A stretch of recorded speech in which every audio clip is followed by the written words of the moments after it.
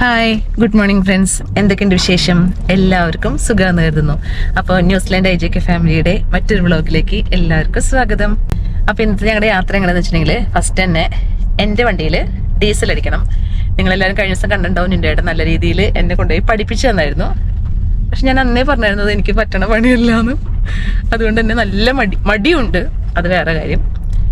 അപ്പോൾ വീണ്ടും നിൻ്റെ ഏട്ടൻ എനിക്ക് ഡീസൽ അടിച്ചു തരാൻ വേണ്ടി കൊണ്ടുപോവാണ്. പിന്നെ അതുപോലെ കുറച്ച് സാധനങ്ങൾ വാങ്ങിക്കണം.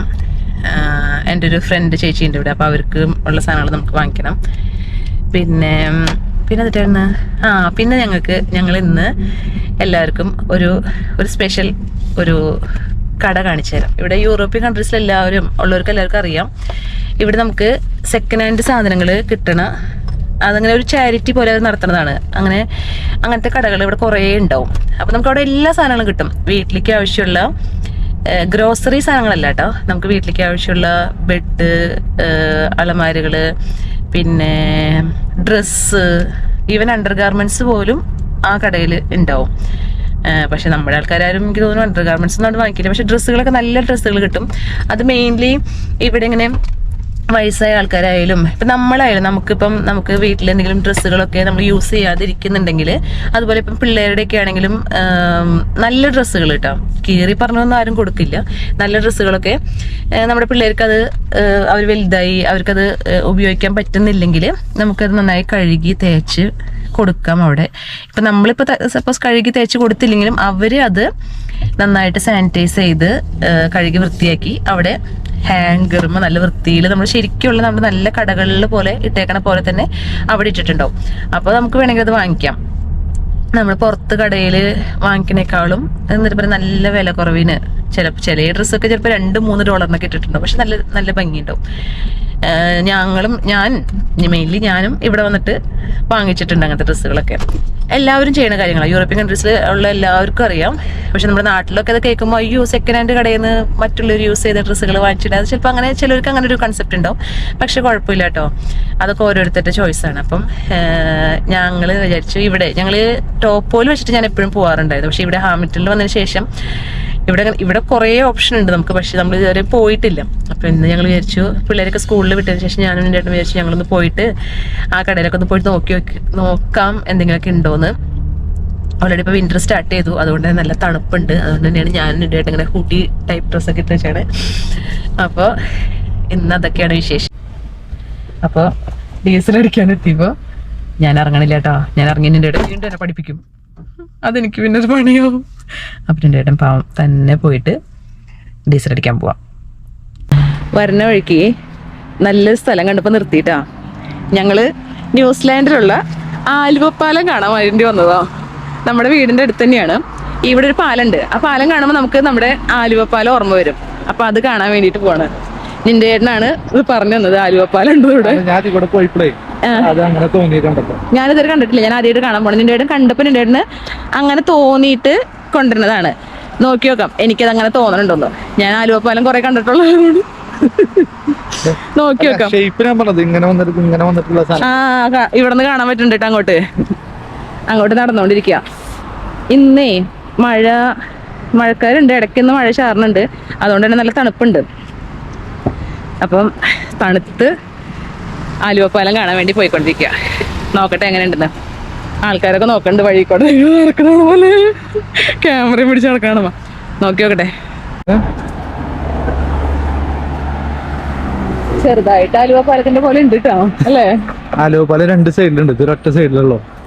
എങ്ങനെ ഈ റോഡില്ലേ അപ്പുറത്ത് ഇപ്പുറത്തുണ്ട് അല്ലേ?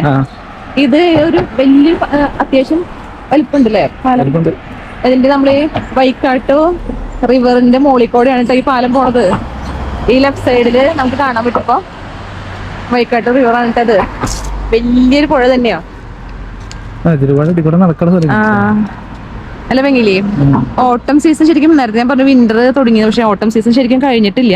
നമുക്ക് ആ ചെടികളൊക്കെ കണ്ട റെഡ് കളറായിട്ടിരിക്കുന്നത്. ഇവിടെ എല്ലാം അവിടെ നമുക്ക് ഈ പുഴയിലൊക്കെ നമുക്ക് ഫുള്ള് താറാവുകളെ കാണാട്ടെ. ഫുള്ള് താറാവ് തന്നെയല്ലേ അല്ലേ?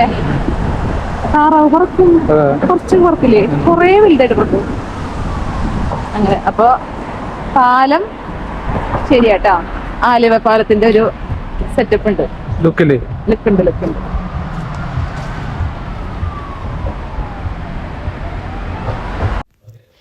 ഇത് നമ്മൾ താഴെ നോക്കുമ്പോഴുള്ള വ്യൂ ആട്ടാ.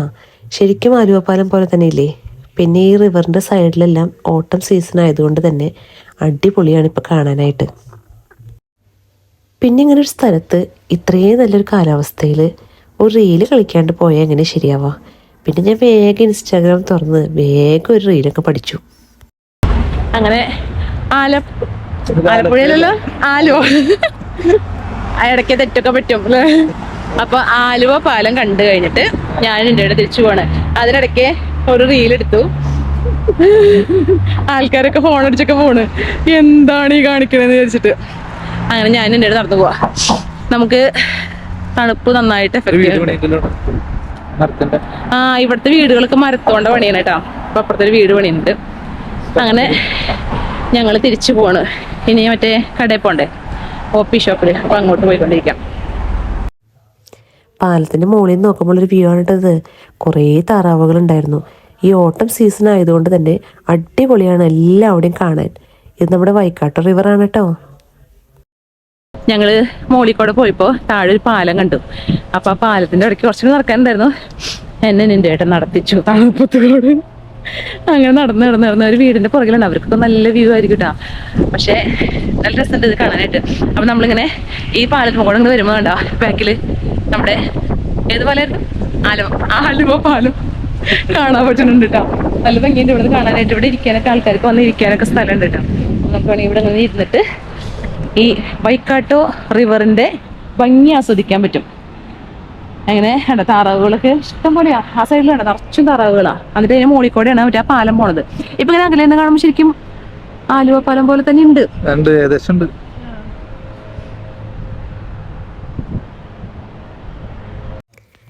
പിള്ളേരൊക്കെ എന്തായാലും സ്കൂളിൽ പോയത് കാരണം കൊണ്ട് ഞാൻ എൻ്റെ എണ്ണം തന്നെയായിരുന്നു.